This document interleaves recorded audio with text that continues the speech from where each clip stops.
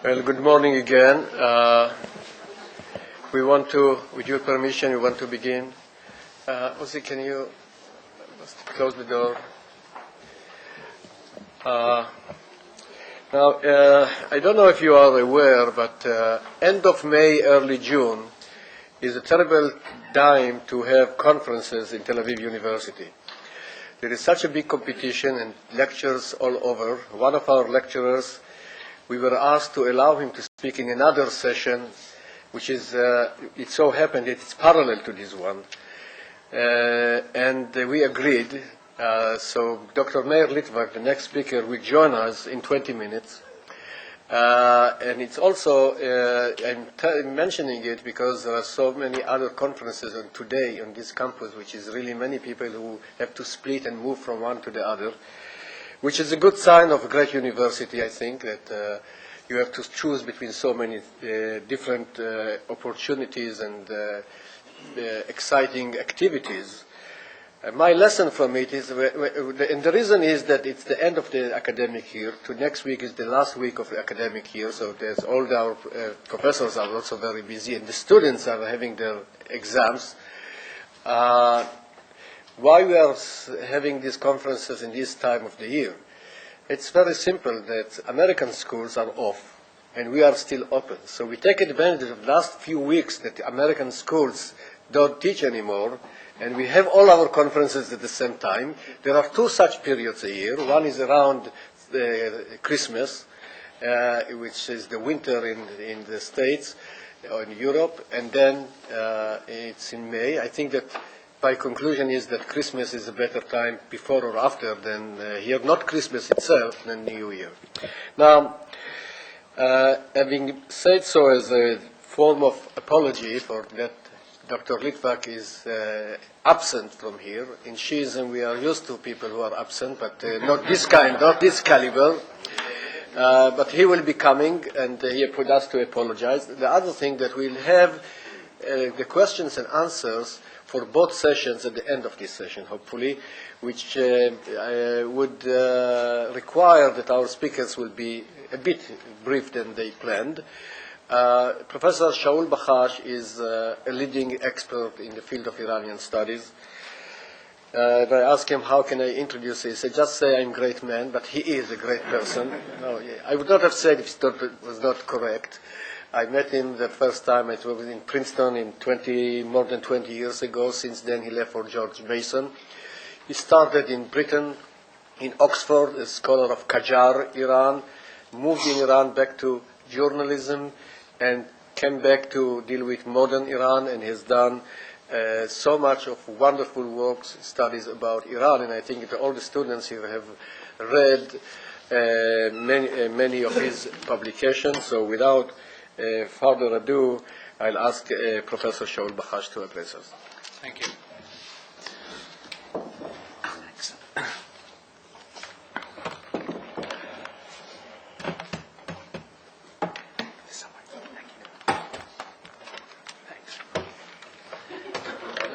Away with technology.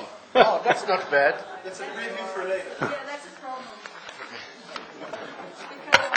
Oh, that's nice. They can stay here. Bring Kayhan for you. There was Kayhan. Kayhan is there. Kayhan is here. Okay, now it's okay. Well, David, thank you for the introduction, and I'm glad to hear that Meir Litvak, like the hidden imam, will reappear. No, he will reappear. In the autumn of 2002, the Iranian academic Hashem Agha Jari went on trial in the provincial capital of Hamadan in western Iran on charges of blasphemy, insulting the Prophet and his rightful successors, questioning the monopoly claimed by the high clergy over the interpretation of the sacred texts, spreading secularism and undermining people's faith in Islam. These charges carried a death sentence, and Jari was in fact sentenced to death at his first trial. The sentence was later commuted.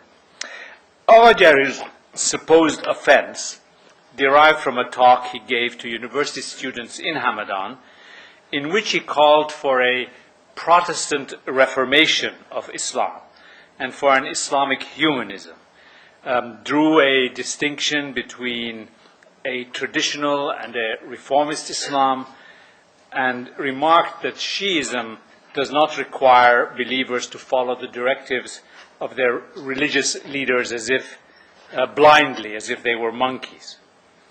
Iranians were witness at this trial to, in some ways, an astonishing spectacle. At a trial in a provincial Iranian city, public prosecutor and defendant argued not only about the charges against the accused, but also about events wholly European, about the Renaissance and the Protestant Reformation, Martin Luther and his challenge to church dogma, clerical privileges in pre-Protestant Europe, and the role of the Pope in the Catholic Church. Agha Jari and his prosecutor were, of course, arguing in code, not about Europe and Christianity, but about Iran and Islam. To Agha Jari, Martin Luther had freed Europeans from the shackles of a church and clergy hostile to individual freedom, rationalism, and science. To the prosecutor, the call for a Protestant Reformation in Islam was a thinly disguised attack on the very foundations of the faith. To Agha Jari, there was a parallel between the doctrine of papal infallibility and the claims made for the authority of the supreme leader in Iran.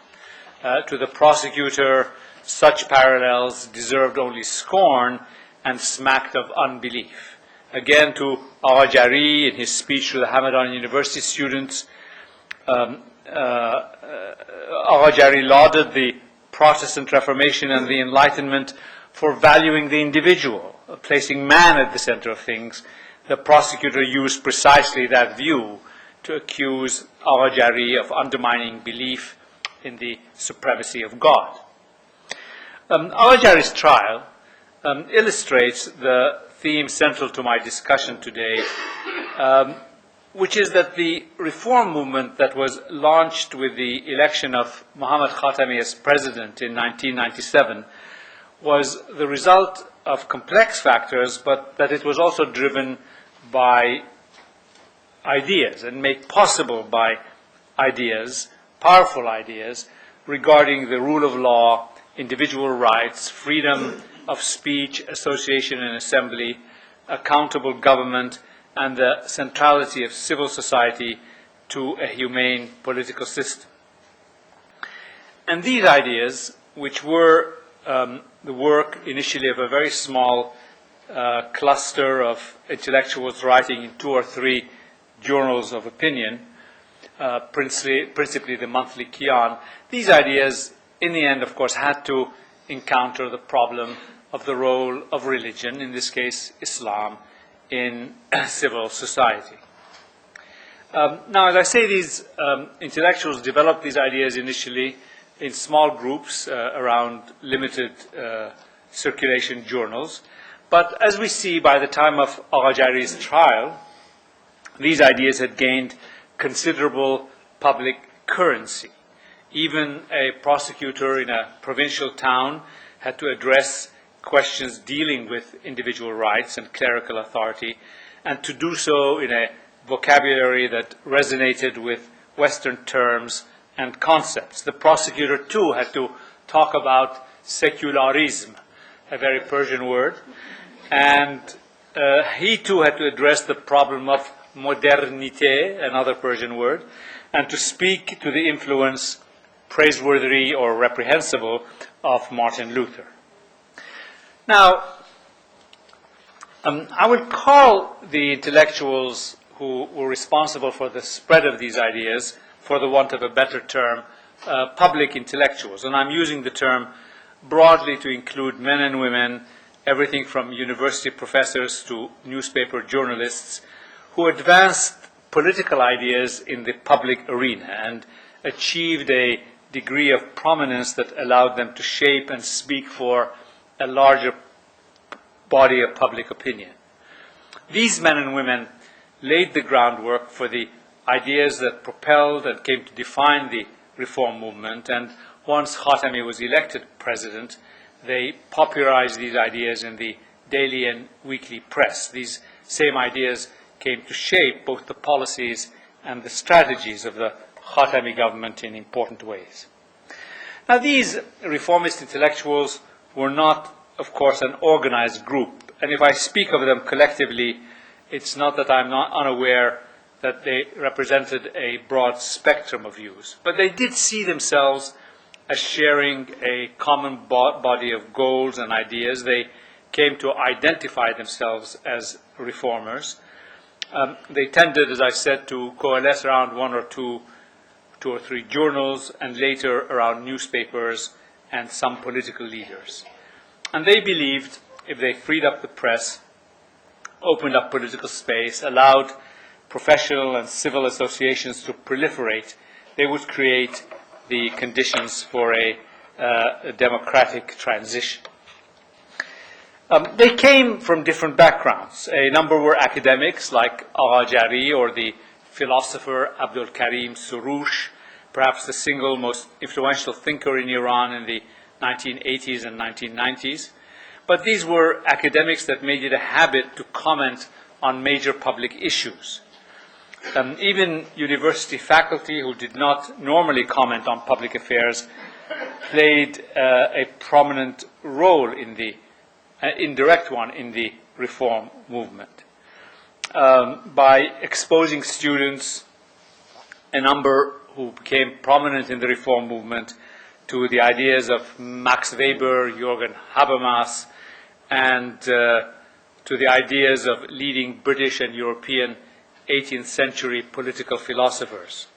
When you see the names of Hobbes, John Locke, Max Weber, when you see terms like sultanism and patriarchal leadership and charismatic leadership crop up routinely in newspaper articles, you know you are hearing the echoes of the university classroom. Now, a number of these intellectuals were also clerics. For example, Mohsen Kadibar and Muhammad Mujahid Shabestari, two prominent clerics identified with the reformist cause, trained in the traditional curriculum of the seminary, of the religious seminary, but they sought to interpret Islamic political traditions in a manner compatible with democratic principles. Khatami, himself a cleric, wrote a book before becoming president on Western political thought, which prominently features John Locke as the advocate of limited constitutional government based on the consent of the government and the rights of the individual. He depicts Locke in this book as a religious man who nevertheless believed in tolerance for different faiths, separation of church and state, and the primacy of government over religion. Some of these public intellectuals were technocrats or senior civil servants who also tended to write for serious journals or the daily press. An excellent example is Saeed Hajjarian, who emerged as Khatami's principal political advisor and strategist. Hajjarian, from a working class background, was a secondary school Islamic activist before the revolution, under the monarchy. After the revolution, he worked in the security services and was the architect of the law that established Iran's intelligence agency or secret police.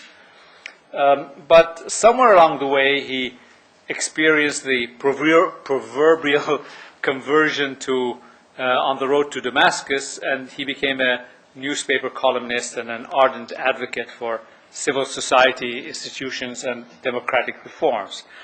And in numerous, I would say, newspaper columns, Hajjarian set about to show how the constitution of the Islamic Republic could serve as the basis for liberal democracy, even though it had at its heart the concept of the vice-regency of the Islamic jurist, the Faegheh, who, as heir to the mantle of the Prophet, wields ultimate authority in the Islamic Republic. His argument, to put simply, was that even though the Constitution provides for the position of the supreme jurist, it also provides for freedom of speech, assembly, protection against assembly arrest, arbitrary arrest, and independent judiciary and the like. And really, in a way, his whole effort was to try and reconcile these two rather unreconcilable concepts. Now, the contribution of these public intellectuals, as I've called them, to political debate and to politics in Iran in the 1990s came in four principal areas. First, as I've already noted, they espoused a cluster of ideas based on concepts of limited government and individual rights that, although not new, were of particular importance in the Iranian context. These ideas explicitly or implicitly challenged the political system of the Islamic Republic and offered an alternative to it. In addition, I think it's important to point out that unlike the political concepts popular with the intelligentsia and the left in Iran in the early years of the revolution, this cluster of ideas focused on society and the individual rather than on the state, and emphasized the need to check the power of the state rather than regarding the state as the principal engine of change. Second, these intellectuals mounted a wholesale attack on the privileged position that the clergy had acquired under the Islamic Republic and began to question the claim of the clergy to speak as sources not only of religious but political authority. Al-Jari, as we have seen, criticized the privileged status of the clergy in Iran in the same breath as he criticized the privileged status of the clergy in medieval Europe. He also argued that anyone, not just the clergy, was qualified to read and interpret the Quran for himself. In the same vein, in a very well-known essay, Soroush asserted that under the Islamic Republic, the clergy had constituted themselves as a privileged class, unfairly claiming political authority, public office, and financial reward merely by virtue of membership in the clerical community. In addition, sometimes directly, sometimes indirectly, these intellectuals called into question the vast authority according to the supreme leader, the Faegheh, under the Constitution of the Islamic Republic. Third, those among the public intellectuals actually involved in government, once Khatami was in office, began to try and put these ideas on civil society into practice. For example, Khatami's first interior minister, Abdullah Nouri, liberally issued permits for the establishment of professional and civic associations, a number of which later became political parties. His Minister of Culture liberally issued newspaper and magazine licenses, allowing the rise of a reformist press. Finally, these public intellectuals made possible, in a manner not previously conceivable in the Islamic Republic, the open examination and discussion of religion. Here again, the central figure is Abdul Karim Soroush, and I'd like to spend the last few minutes of my remarks giving you some insight, some idea of his approach to the relationship between Islam and politic, Islam and democracy, Islam and civil society. Now, unlike a very long line of Islamic reformers beginning in the 19th century, Soroush does not try to find evidence, in quotes, or justification for, say, women's rights, elections, parliaments, and the like in the Quran, in the traditions of the Prophet, or in the Sharia. He does not argue, as many have done, for example, that Islamic concepts such as shura, or consultation, ijma, or consensus, and bay'ah, a pledge of allegiance to the leader, he does not argue that these concepts, which are found in Islamic tradition, form the basis for popular assemblies, elections, and the social contract. Khomeini, in setting out his theory of the vice-regency of the Islamic jurist in an Islamic government, spent pages and pages citing authorities from Islamic tradition to justify the rule of the clerics in an Islamic republic. Soroush does no such thing. He hardly, in fact, ever quotes the Quran or Islamic law or traditions in his principal essays.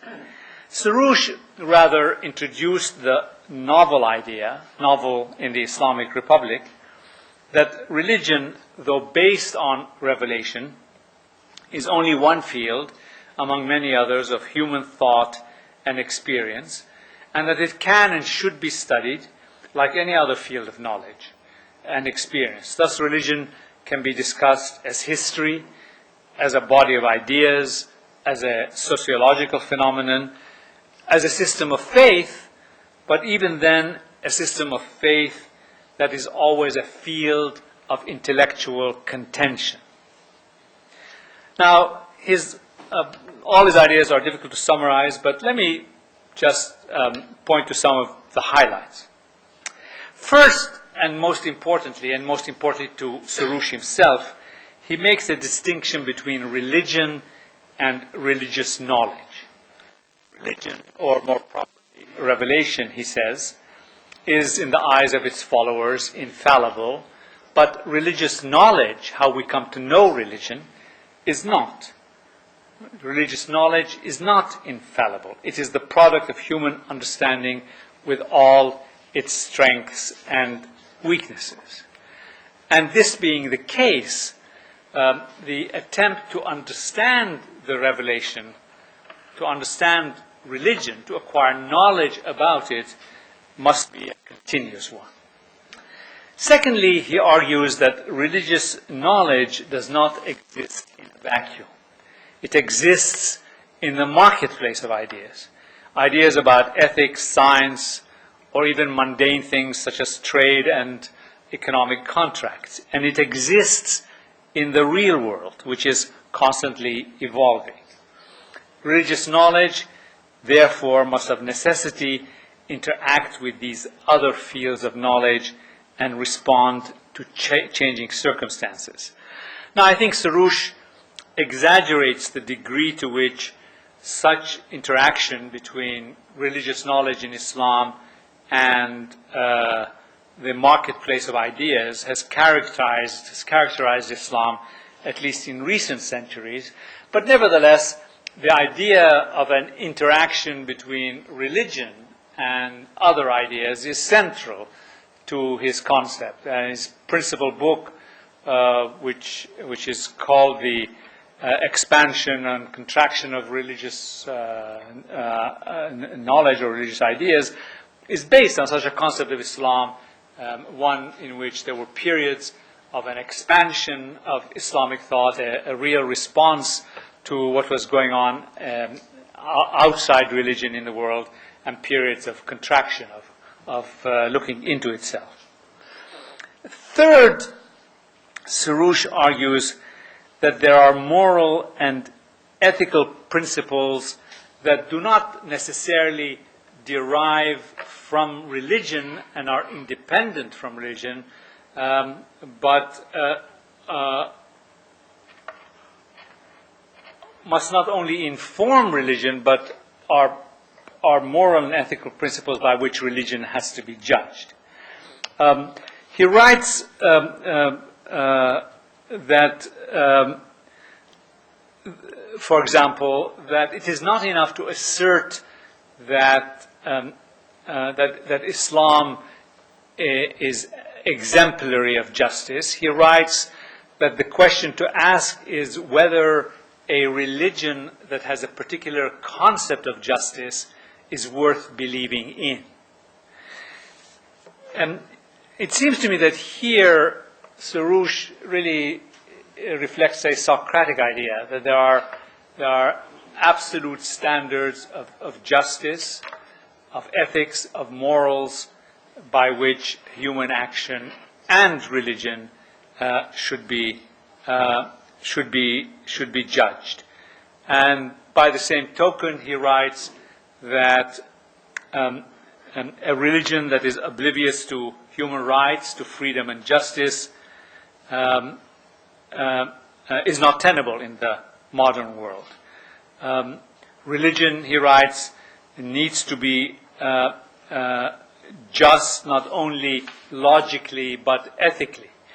These statements then therefore suggest that in Soroush's thought there are standards of justice, ethics and morals which stand outside religion, to which religion must adhere, which religion must satisfy. Well, how do we arrive at these ideas of justice, ethics and morals? Well, Soroush again would say in the marketplace of ideas.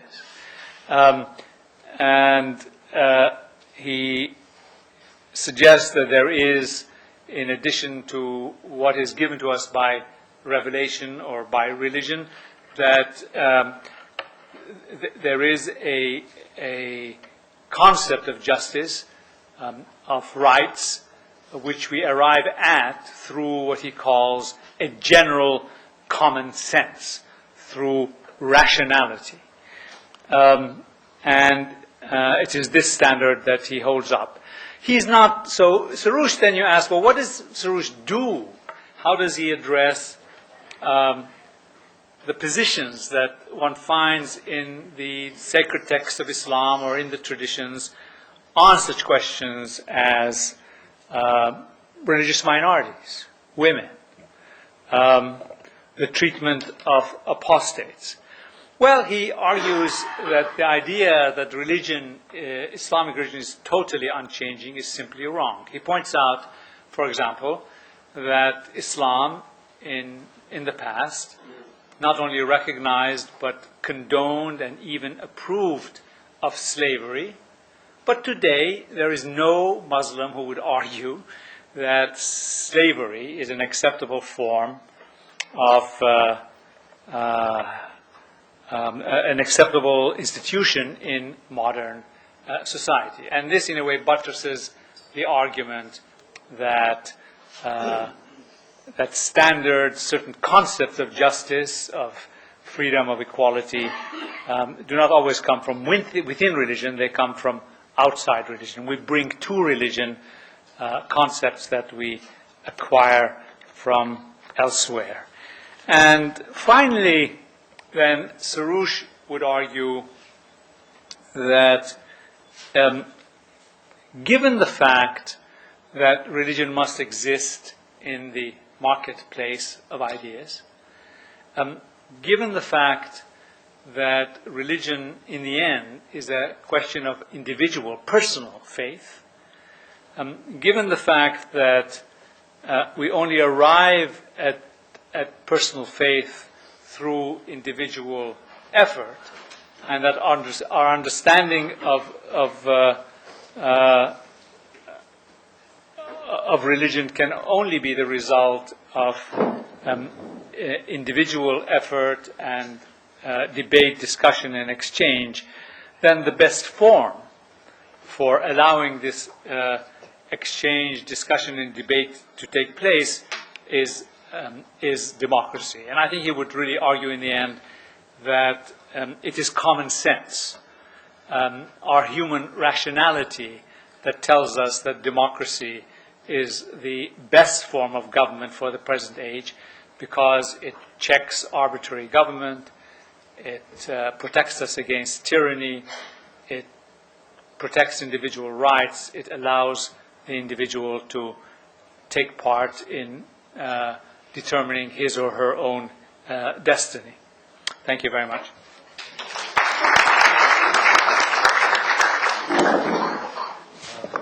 Thank you, Shaul. I think that it's from what has been said so far this morning, we understand that life is much more complex than it appears. And there are so many different ways to look at different things. And one thing is clear, there's so much of different views. And unlike what it appears in newspapers, when you go deep into Iran, you see pluralism and different interpretations. The line, Shaul, that I remember from Soroush, in addition to his excellent writings, is in a conference that I think Professor Kazemi arranged, Iranian Studies Association. It was when, 6 years, no more, 10 years ago, in Washington, D.C. He said one line that it's, for me, summarized his philosophy in many ways. It said that there is no one interpretation of Islam. There is no one interpretation that is better than the other. There is no final interpretation of Islam. In a very brave way, he added, there can be no official interpretation of Islam. And I think this is such a strong sentence that shows you that its lives continue. And I know that I always tell my students, that even conservatives change, even religious interpretation change. And when we are in a process, really, and Iran is a wonderful laboratory of development of new ideas. Now, since Meir is returned, I leave him the choice. If you want to speak right now, or if you can have question and answers and catch your breath. I know that you had to walk from the other side of the campus here. So we'll open this to questions and answers. I'll make one remark, is just to correct something that could have been understood wrongly in the Professor Bourgia's discussion about the reasons of the emergence and what are formative developments in Iran that caused the growing of such radical movements in Iran, and he mentioned the recognition of Israel in the 60s. Now, I'm sure Professor Bourgier knows that it was not in the 60s, but the impact in the early 60s became very strong. So I just wanted to make for the record, because someone asked me in the break when was the recognition. We all know recognition was in 50, but Khomeini's movement in the 60s, in the early 60s, made this a big issue, and it reappeared as though as a major issue in Iran. So it was first in the early 50s during the Mossadegh era, and then in the 60s. So I just wanted to make it, if someone understood differently. It's okay with you? Okay. Now I open the floor for, please, Abraham.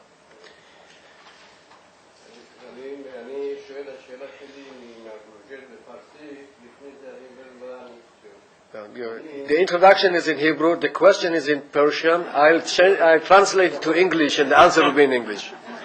Okay.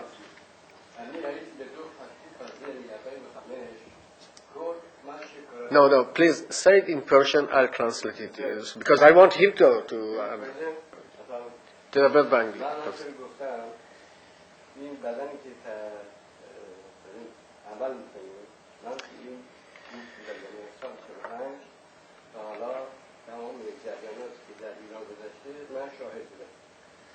یکی از مسائل دوره مصدق بود.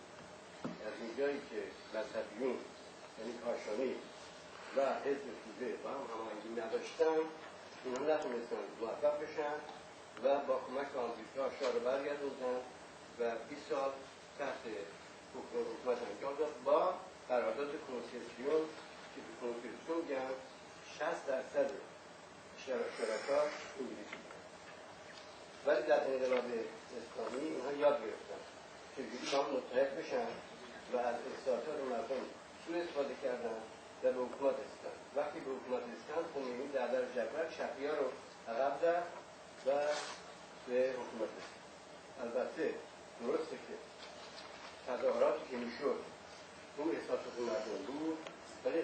کشورانی که به حکومت رسیدن تحت تاثیر نیروهای خارجی قرار می‌گرفتن. از جمله خمینی به نظر من تحت تاثیر و کمک اروپا در رأسشون گرفتن بود. با آمدن شاه بازگشتش تحت تاثیر حکومت آمریکا و آیا به نظر شما الان چه قدرتی مانع عوض کردن حکومت آیا فکر نمی‌کنید که الان سیاست اروپایی و در رأسشون گرفتن مانعی کاراشتن؟ Okay, merci. Ahai Burj, please come here and you can repeat briefly the question and make the answer. And همش کار انگلیسی هست.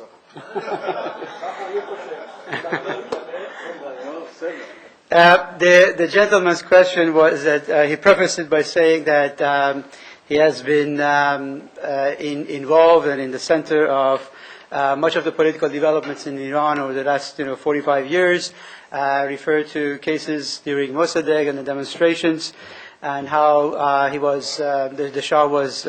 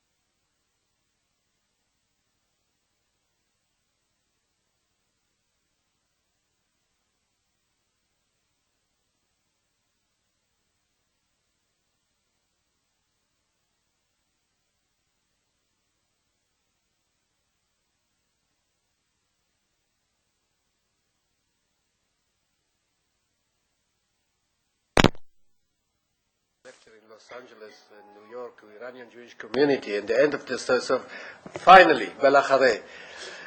When you agree that it was made in by English, Britain, Israel, America, and so on and so forth, the question will be with us, but we'll go on. Other questions? I just have a question for the speaker. When you talk about the marketplace of ideas, is that, what's his name, Surur? Is that his term or is that your term? Not your term, but the term. No, I don't think he uses the term. Thank you. He doesn't use the term, market-based bazaar of ideas, but that's very much the sense. No, I was just trying to get to Sure. imagery. Other questions? Comments? Okay, we'll move to Dr. Litvak, and then we will be able to continue discussion if there are other questions to any of your presentations. I appreciate Dr. Litvak's coming back. He's with us at Tel Aviv University and has done a wonderful work on Iran, on Shiite ulama in Iraq in the late 19th century, but he's divided between his love for the Iranian Ayatollahs and his love for the Hamas. So the other with the other lecture he gave earlier, now it speaks about Iran. Thank you. Political and civil liberties are essential elements in any democratic system, and they loom large in the contemporary Iranian discourse of democracy. By contrast, these concepts never acquired a great importance in traditional Islamic thought, which sought to totally subordinate human beings to God by imposing upon the believers a system of laws that aspire to guide their conduct in almost every aspect of life. In Islamic medieval tradition, therefore, the concept of liberty or hurriya, freedom, did not refer to political and civil liberties or rights, but was used to denote the legal opposite of slavery. Only in the latter part of the 19th century did freedom assume its modern meaning, associated with political and civil liberties, probably due to the intrusion of Western ideas and the growing sense of threat of Western imperial domination. Yet even during the constitutional revolution, Ayatollah Mohammad Hossein Naini still used the term azadi, or freedom, in the traditional sense. The rising importance of the question of liberty in the modern age is manifested, among other things, in the growing attention which modern Shi'i thought pays to it. Unlike the past, the current debate is not theoretical, but has significant socio-political ramifications in view of the fact that the dominant Islamist ideology in Iran is used in order to restrict the scope of liberty in the public sphere. Modern Shi'i thought recognizes the plurality of meanings and interpretations of the terms freedom and liberty, which are influenced, again, according to the Shi'i thinkers, by social and cultural circumstances, including foreign influences. Therefore, the various interpretations of the term are presented with clear awareness of and grappling with modern Western interpretations. Often, the Iranian thinkers adopt, consciously or not, Western notions, even though they may reject Western cultural influence on Islam. There is an important difference between the debate on freedom in Iran and the Arab world, where Islamists employ the discourse of freedom as an instrument against authoritarian regimes, even though they view various aspects of liberty with great suspicion. In Iran, by contrast, the debate on freedom was held largely under pressure from below for broader political and social liberties. All current Iranian leaders praised the revolution as bringing freedom to Iran, but gave varying interpretations to the meaning of these terms and to their desired scope. The liberties which the Iranian thinkers, and here, by the way, I'm limiting my talk only to clerics, not to intellectuals. The liberties which the Iranian thinkers discuss are not identical with the common categories of freedom in Western political thought, which Isaiah Berlin defined as negative and positive liberties. The Iranian thinkers reject the concept of negative liberty, which is associated in Berlin's definition with the absence of coercion and restrictions, as fundamentally opposed to the very idea of religion, which is based on the acceptance of divine commands from God. The very essence of the Sharia, just like Jewish law, the halakha, is the obligation of the believer toward God and implicitly toward other human beings, rather than the concept of born rights as the law of nature. Therefore, they view the concept of negative liberty as tantamount to religious misguidance as well as to cultural decadence and moral corruption. According to Ayatollah Beheshti, one of the architects of the 1979 revolution, the Western concept, which argues for a direct correlation between freedom and a person's ability to realize his wishes, is clearly mistaken. In adopting the concept of the medieval Muslim philosophers who regarded liberty as the product of knowledge and reason, Beheshti claims that if the meaning of freedom is our capacity to do as we wish, the result is enslavement to our desires and whims, which are mainly materialistic and selfish. Material power can liberate man from, by the way, I'm sorry, they always use the term man, they didn't know about political correctness, and I apologize for them. So material power can liberate man from external restrictions and hurdles, but it cannot secure real liberty, which can be attained only when man would apply his spiritual and moral powers to eradicate his internal limitations and overcome his desires through the power of reason and high morality, again, which are based on religion. Contrary to Western liberty, which subordinates and subjugates man to his whims, the path of true liberation, which the prophets have shown, is the internal spiritual revolution, which grants control or gives a man control over his desires that lead him to degradation and over his ambitions that drive him to oppress others. Religion sought to liberate man from this position so that he would be able to move up in the path to perfection. Hence, religion is the true liberating revolution in history. And true freedom means substitution of subjugation to whims and desires with true division and voluntary enslavement to God.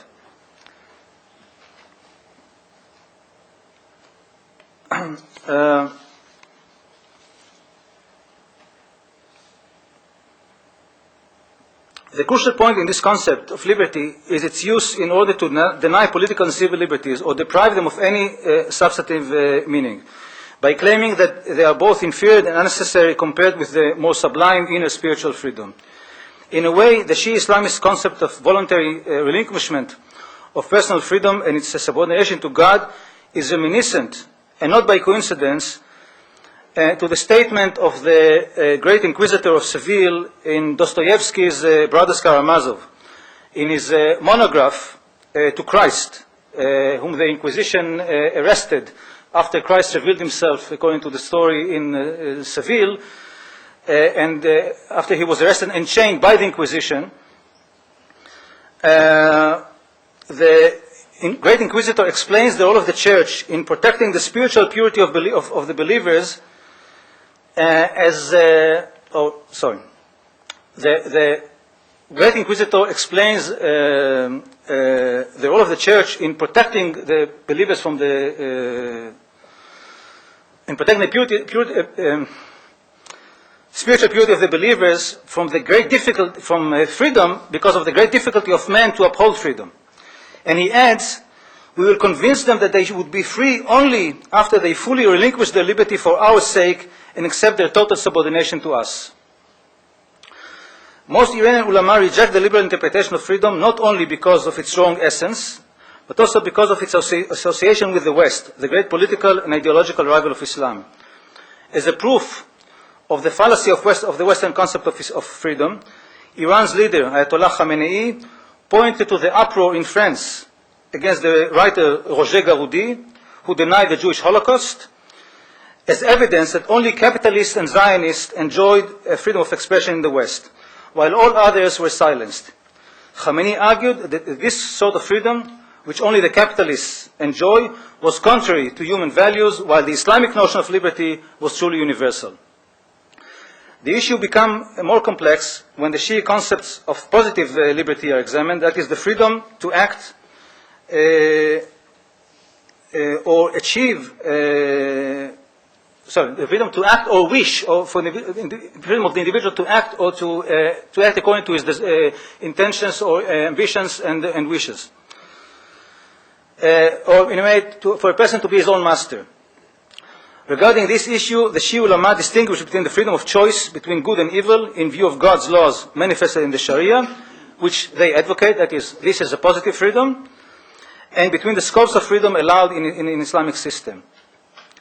Ulama who belong to the dominant faction in Iran, such as Hashemi Rafsanjani or Muhammad Yazdi, the former head of the judiciary, take an ostensibly soft yet problematic position regarding these questions of scope of freedom.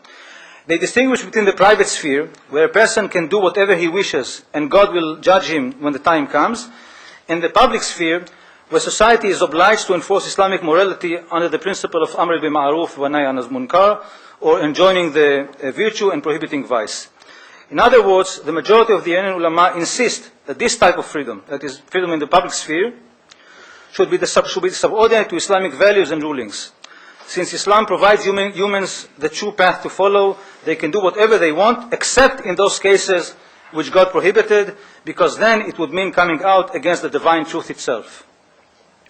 Ayatollah Ibrahim Amini, to cite one example, explained that the limits of freedom are those that are determined by the supreme leader of the revolution, and they are set in accordance to the rule that they should not harm the people's beliefs or the authorities. The sheer linkage between liberty and the law is reminiscent again of John Locke's dictum that where there is no law, there is no freedom. But it goes much farther, since it totally subordinates liberty to the law. Moreover, since the source of the law is divine, this thinking is opposed to Immanuel Kant's view that presents freedom as the voluntary subordination of laws based on reason. Some ulama in Qom, who did not uphold the official positions, distinguish between freedom of expression for ordinary people and the freedom of thoughts reserved for the ulama. Ayatollah Yusuf Sana'i and Ayatollah Musavi Adabeli defended the rights of Hujjat al-Islam Mohsen Kadivar to come out against the doctrines of Vilayat al-Faqih, claiming that a mujtahid was entitled to deal with legal and philosophical questions without interruption. Even the hardliner, Ayatollah Muhammad Yazdi, was willing to accept debates in religious or other scholarly circles where some might eventually deny the existence of God or the Prophet or the Imams. But why, he asked, raise such issues in public among young people who had no political experience? Ayatollah Muhammad Taqi Mesbah Yazdi, the most outspoken representative of the hardliner conservatives, went even further and claimed that under Islam, man was not even allowed the freedom to think whatever he wants, since Islamic law, which is divine and eternal, controls all aspects of life, and therefore it should control man's mind, heart, and imagination.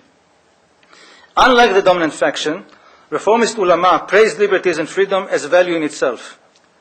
Former President Khatami described freedom as a divine right of human beings, the most sacred and most exciting value for humanity throughout history. He criticized those who were using religion as a cover to work against freedom, which they equated with anarchy. Such views, he asserted, were in fact detrimental to Islam. Iran must strive for freedom or face the risk of more violence. And similarly to the great British liberal thinker John Locke, he linked freedom with economic and social progress. Khatami stressed the importance of plurality of trends and ideas and of the opportunity to express them, explaining the difference of opinion or tastes were natural and the existence of diversity is a necessity of dynamic society. Khatami went further than the dominant faction in advocating freedom even for those who oppose the regime. Even if we succeeded in stopping criticism for a while, we will not be able to avoid the consequences of such an action, he warned. Moreover, he favored such pluralism not only out of necessity, that is, that suppression would not work, but also as a positive value, saying that banning the expression of other views would insult humanity and the free Islamic society. Khatami pointed to two aspects of freedom. The first referred to freedom from within, when the individual rids himself of his domineering passions, and the second, which pertained to emancipating oneself from the domination of the hegemonies, or that is Western powers. While internal freedom matures society and makes it rational, external freedom leads it toward democracy, whereby man can determine his own destiny. Khatami maintained that religion and freedom should not oppose each other. freedom should not be held back in the name of religion or religion in the name of freedom. He criticized Western notions of freedom as too narrow and too one-dimensional because they separate the two. Such notions could not ensure happiness, since freedom without religion was the reason for the fall of humanity. He argued that there was no contradiction between Islam and individual rights, and that the Islamic Republic embodied the ideal combination of both Islam and freedom. At the same time, he criticized his conservative rivals that the practice of religion without freedom was a disguise for selfish lust for power and bigotry, which were imposed by religious hardliners on society in the name of God. However, and this is where Khatami's ideas encounter difficulties, seeking to harmonize between religion and freedom, Khatami contends that it is impossible to have freedom in all its legal, philosophical, and political implications without the law. You cannot endanger security for the sake of freedom, and you cannot endanger freedom for the sake of security. Khatami therefore emphasized that freedom should come with responsibility, which is stipulated by the Iranian constitution. Freedom in the framework of the law meant the Iranian constitution, which defined the scope of rights of individuals and granted the people the freedom they deserved. At the same time, it also puts the limits of this freedom and establishes the authority and responsibility of the government, so that the Islamic government was an integrated and coordinated system. By invoking the constitution, Khatami may have wanted to stress his interpretation that the state too has boundaries. However, the insistence of Khatami and other Reformist ulama in adhering to the 1979 constitution in their attitude toward freedom and liberties suggest that they are not fundamentally different from the mainstream ulama of the dominant faction. Both groups see freedom as subordinated to and restricted by Islamic values. Both deny the validity of freedom from religion. The difference between them is more a matter of degree rather than of essence, as they only differ as to the meaning and scope of the Islamic framework in which freedoms are allowed. Therefore, Khatami said elsewhere that freedom should not be against the tenets of Islam and the rights of the public. Anyone who accepts the law has rights, and such a person's political rights must be defended. But he warned those who seek to overthrow the system, that is the Islamic system, that those who seek to overthrow the Islamic system are a different matter. They must be guided as far as possible, but if they do not accept our logic, then force must be used against them. Unlike the Reformists, liberal ulama are willing to consider liberties and freedoms which actually challenge the regime's ideology as well as basic Islamic precepts. According to Mohsen Kadivar, one of the most courageous liberal ulama, autocratic regimes by their nature prevent freedom. A society that does not respect social and political rights and international principles of human rights is by definition undemocratic.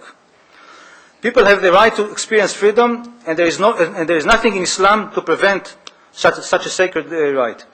The one red line for freedom of thought in Islam is stated is violating and invading the freedom of other people. A statement which puts him closer to the classical liberal position than to traditional Islamic ones.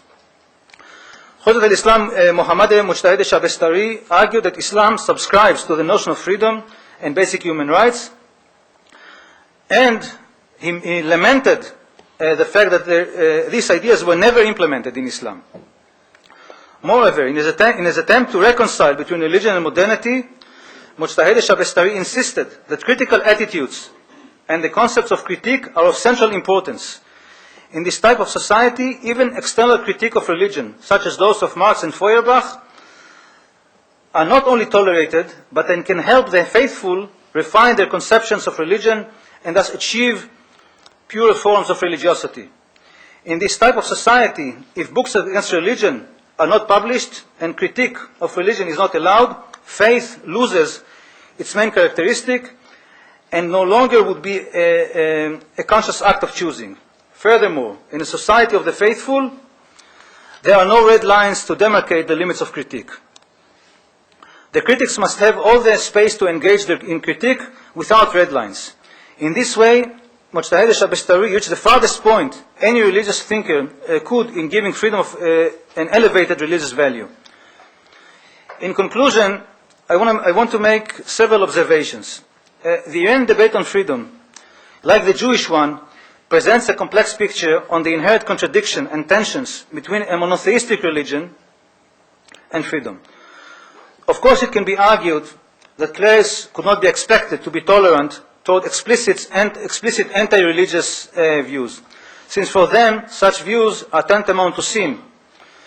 Allowing the enemies of religion to operate against religion is not only problematic politically, but it entails serious moral and spiritual repercussions by preventing the community from attaining salvation. Undoubtedly, Shiite Islamist thought stands in stark opposition to Western liberalism, particularly regarding the question of freedom, and to a large extent it sees itself as the antithesis of liberalism. The very idea of religion based on law, and this I make a distinction between religion based on law and, let's say, Christianity, which is different, is opposed to the concept of negative liberty and requires imposing restrictions on human beings. Yet, the views raised by Kadiva and Mujtahid Shabestari on the necessity of criticism against religion in order to secure the vitality of religion are identical in essence to statements made by the important 17th century Jewish sage, the Maharal of Prague, who called for freedom of expression to anyone, even if this freedom of expression contradicts one's religion and faith. Otherwise, the Maharal of Prague explained, religion could not be fully studied and explained. Such views show that there is a religious way in Islam and Judaism to reconcile, at least theoretically, between religion and essential components of freedom. At the same time, both views represent a minority, either within the Iranian clerical establishment or as a spokesman of a Jewish minority within the Christian majority. And it is not a coincidence, because as representatives of minorities, they are subject, both of them are subject to censorship and persecutions. Comparing the Shiite discourse to the Sunni one, it is fairly clear that the important divisions are not between the two groups, but rather they cut across both. In addition to personal convictions, the proximity to actual power is the most important factor. The Iranian debate is much more passionate because of its profound implications on almost every aspect of life, and because the dominant faction in Iran face pressures for greater freedom from both from below and from segments within the clerical establishment itself. Whereas for reformists and liberals, political expression or restrictions of political expression is a daily reality and not a theoretical question. Likewise, if the Sunnis may be suspected of insincerity in presenting themselves as champions of freedom, I mean the Sunni Islamist movements, it is pretty obvious that at least some of the liberal Shiite thinkers came to believe that freedom and pluralism are essential for the preservation of religion itself, and that political expression carried out in the name of Islam, and that political oppression carried out in the name of Islam is detrimental to the long-term survival of religion itself. Ostensibly, it can be argued there is little difference in principle between the limitations of liberty within which Western liberal thinkers advocate, namely the right of each society to restrict those who seek to destroy it, and the restrictions on freedom which Shia ulama seek in order to protect Islamic society. The difference lies in the fact that Western liberal restrictions are subject to the constant criticism and supervision of elected bodies and on a public intellectual debate. By contrast, most ulama in Iran subordinate freedom to Islamic principles and restrict it in accordance to Islamic precepts. While they insist that the source of these restrictions is divine, they are in fact determined by an unelected elite whose decisions are not allowed to be criticized or challenged. Moreover, very often these interpretations of freedom deprive it of any real significance. One can argue that the traditional religious view of freedom as liberating man from subordination to his desires might have suited the status of the Jews as a powerless minority, or of Sufis who were preoccupied with spiritual salvation rather than with the organization of society. Likewise, the idea is reminiscent of the views which 19th century German romanticists raised about the superiority of the internal spiritual freedom over the more mundane political and social liberties. The problem was that these ideas very often reflected despair from the political realm, and that they helped, at least indirectly, authoritarian tendencies in German societies, which sought to crush liberal liberty. Likewise, in modern Iran, this argument is used in order to deny the liberties of opponents of the regime. Of even greater importance is the difference in actual conduct. Western liberalism, and here I admit my bias, despite all its faults, has shown greater tolerance toward dissenting views and activities, including of those who actually oppose democracy.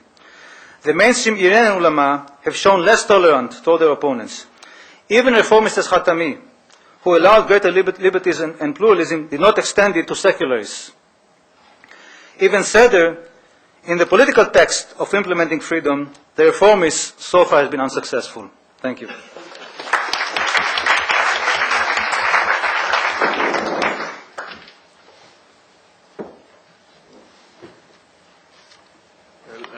Thank you, Meir, and the floor is again open for questions and comments. Farhad.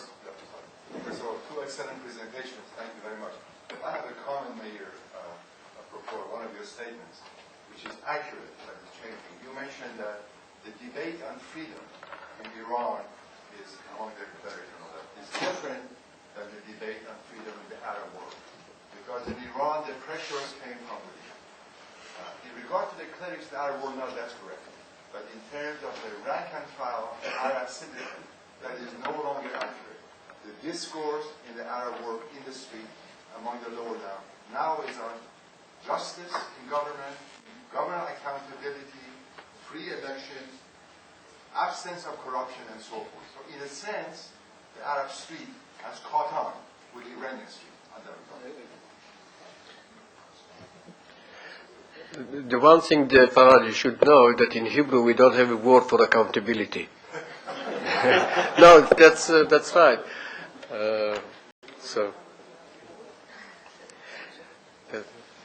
Okay, please. Question for Goldberg. In your lecture, you mentioned in describing faith of how man takes a step back at the last minute when he understands he doesn't want to be God. And then when you were describing the meeting between Imam Ali and Ghaznavi, you described how Imam Ali brings him up to a degree of bliss, and then the last minute shatters this bliss and withholds the culmination of the relationship. In a way, I think that you yourself acted like Imam Ali, with us, the audience, being Ghaznavi. Led us along this path, brought us to some sort of bliss, and then at the last minute, you withheld the point. And therefore, I would like you to expound a little bit on the fact of how understanding the religious aspect of Iranian community, especially in its absolute or perhaps even psychoanalytic sense, how does this contribute to our understanding of what is going on in Iran today, and more important, contribute to how we can understand the patterns and the trends going on to understand what will happen in the near future. Thank you. But before you go on, related to it, I think you wanted to add something. I wanted to follow up, if I may, on that same question. You can put your place in. Here is the gist of my comment. Is it possible that what you explained here in your presentation is really not unique to Mutahari, this particular case, but that it is representative of the overall genre of Iranian literary works that ends up with this, moralizing sense? Let me give you an example. When you read Faegheh Attar, when you read Abu Sa'id Bakhash, when you read Kelilo Damne, even Shahnameh, right? In all these stories, and last but not least, perhaps Rumi, right? The same message gets repeated again and again. They take you up to a place right? Where they level with you, they say, okay, so here is your understanding, and yet, I want to take you a step above. If we adopt your framework, right, wouldn't we have difficulty explaining all these others, or even the secularists? Let me just give you one simple story of a Marxist scholar who does something similar to this. Iran's best-known playwright, Ghulam Hossein Saidi, has a fascinating story about a guy who becomes a prisoner. He's a leftist. The moment he's a high-level official in one of his guerrilla organizations, the moment he gets to the prison, he turns around to all the other cellmates and says, look, I might have been the head of your guerrilla organization, but I don't like torture. The very first minute they hit me on my face, I'm going to reveal everything. Okay? Expose all of it. And needless to say, this is coming as a shock to the rest of the comrades, right, who are saying, how dare you,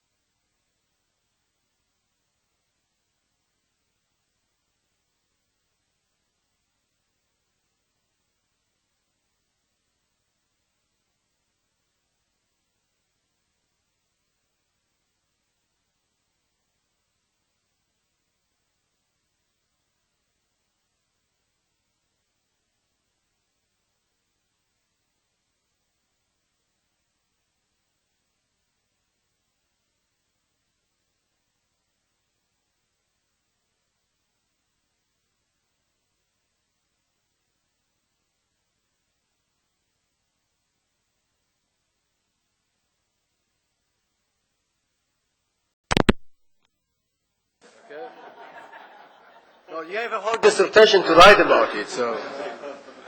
Both perfectly valid questions, and you were right in exposing me to be a pretender to be in that respect. How does this contribute to understanding what is happening in Iran today?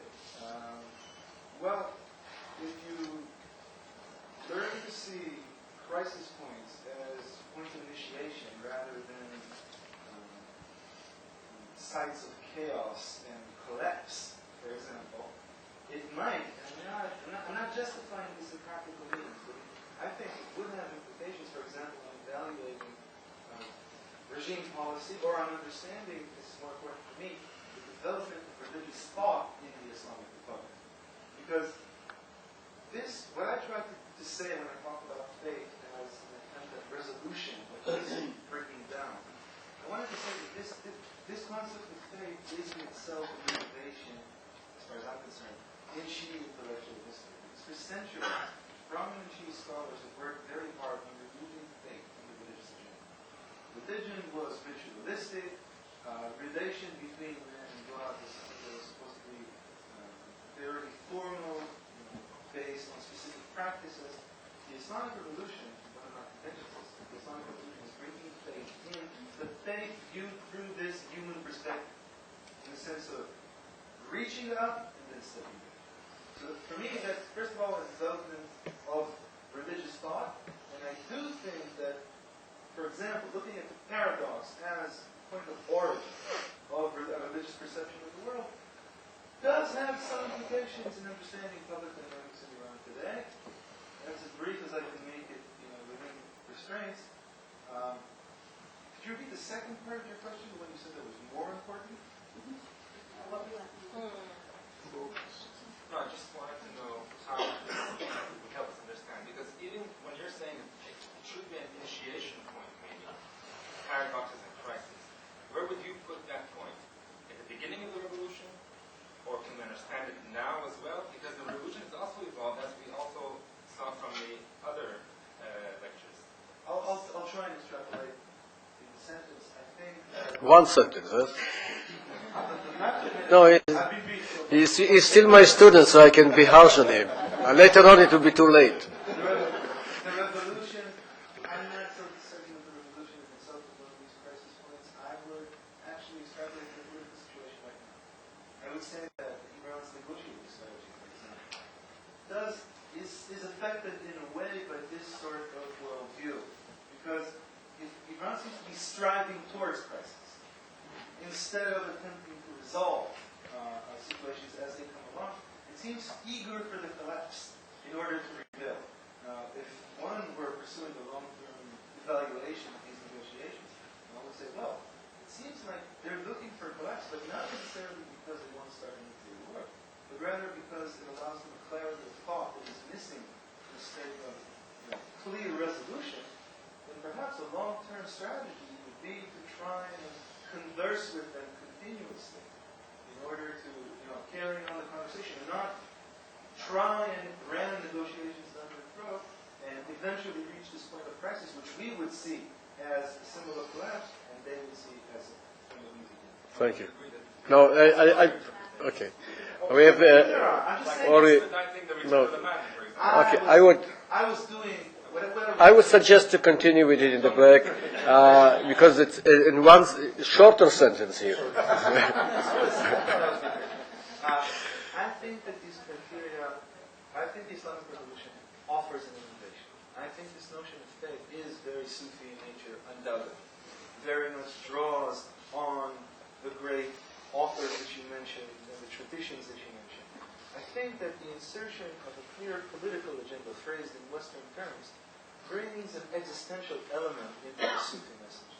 This is no longer about a voyage that ends in obliteration in the Godhead, but rather conclusions must be made, practical implications must be drawn for the state of a single person in the Islamic Republic.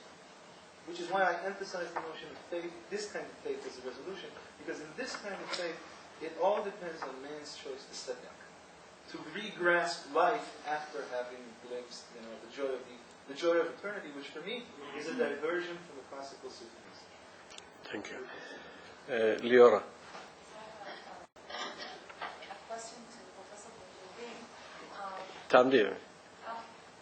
I wonder if you would be able to elaborate about your sources for your research, because most of us, at least as students who are studying in Israel, one of the main problems is the accessibility of sources from Iran. So if you could say just... Sure. Yeah. What I have done is that in the aftermath of the revolution and over the last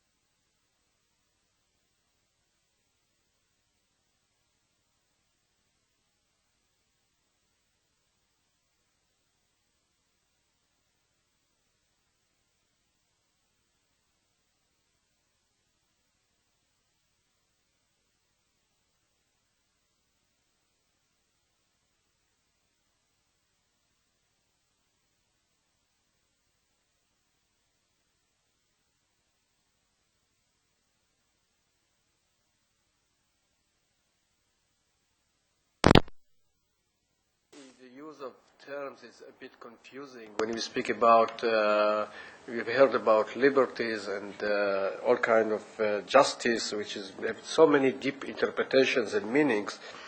But when we speak about clergy, and I find myself here to some time to try to correct misinterpretation of what's said when Meir said that he speaks about the intellectuals, not about the clerics. You will have problems with the clerics because they are also intellectuals.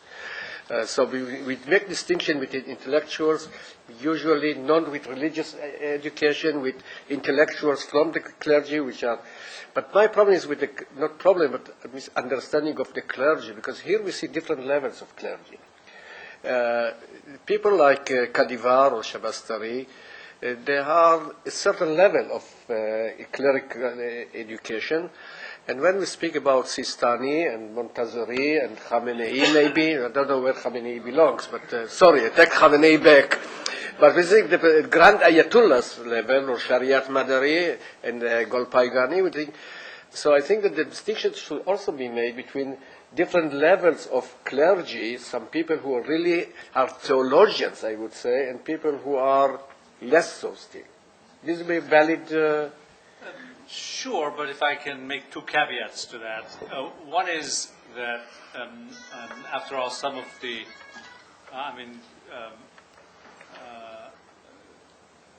Mujtahid Shabistari is also an Ayatollah. So he, at least in terms of training, he reached a level of recognition. And secondly, we've had, even though I think the point you're making is right, that there are the theologians like Sistani who stick to quote religion. But after all, Khomeini too was a theologian who was very political, and so has been Motahari. So I think that the borderlines you want to suggest are a bit more fluid, because you have highly politicized, very senior clerics, and you also have middle-level clerics who are politicized. So it's not always the case that the quote theologians stay out of politics. No, of course they are not, but I think they carry greater authority when they, or not.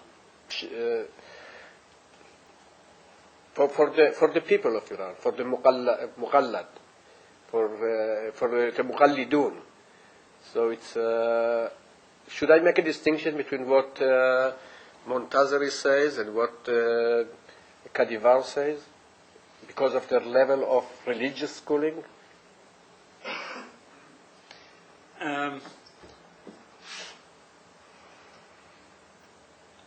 I would say, objectively yes, but we really don't. It's very. The question of influence is very difficult in intellectual discourse. We don't really. It's very difficult to. As we know, these are problematic. It's how do people understand these discourses on freedom, liberty, justice, so forth and so on, and which people find, which elements in the population find appealing what Montazeri says or what Kadivar says. I think these are somewhat indeterminate. I think these are questions that are very difficult to respond to. But I think the underlying assumption behind your question, which is that necessarily there is more weight to the opinion of a Sistani or a very senior clergyman, I'm not so sure. Because some of them have turned political and therefore gained enormous influence, but then with different elements of the population. Okay, thank you. Professor Marie. Thank you very much for your very interesting paper. I'm wondering if, I may have missed in your presentation, as you addressed this, whether on the issue of Korea you saw any tangible difference in the way that Iraqi Shias like Sistani are tackling the same issue, or whether you've not been done actual contemporary work on this particular concept of India.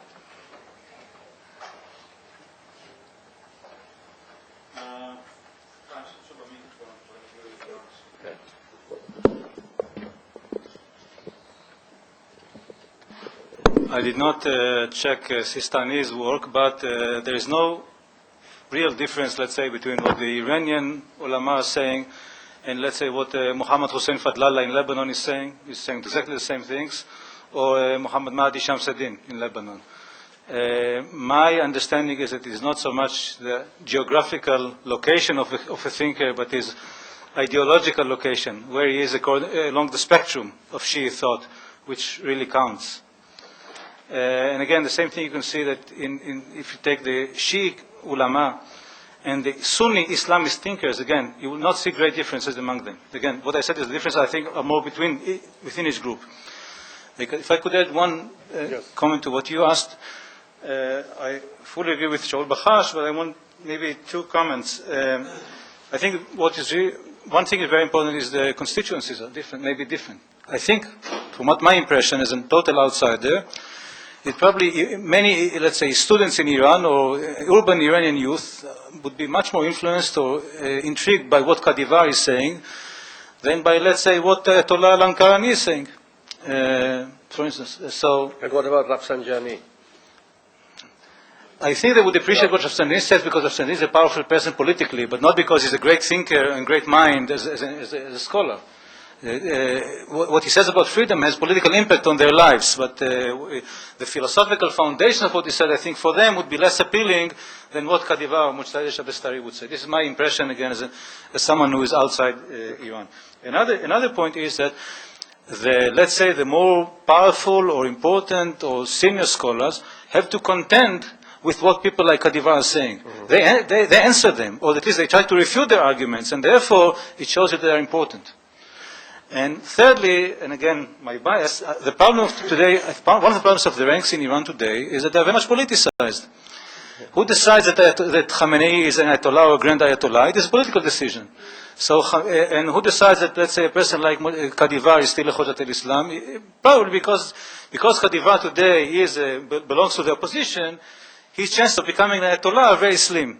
But it's very little to do with what he writes and actually where he is politically. So, assessing seniority here today, I think, is very problematic. I was tempted to say it's all politics, after all. But no, unfortunately, we'll have to have a lunch break here as we promised our friends. I will promise you that we'll make the late afternoon, which are interesting sessions, shorter. We'll have time to have more questions about the whole program of the day. Yes, I'm so apologize for people who we don't have the time, but I think that we don't want to interfere with the lunch break. We'll meet again at 2:15. Please come 2:15 so we can continue our program. Thank you.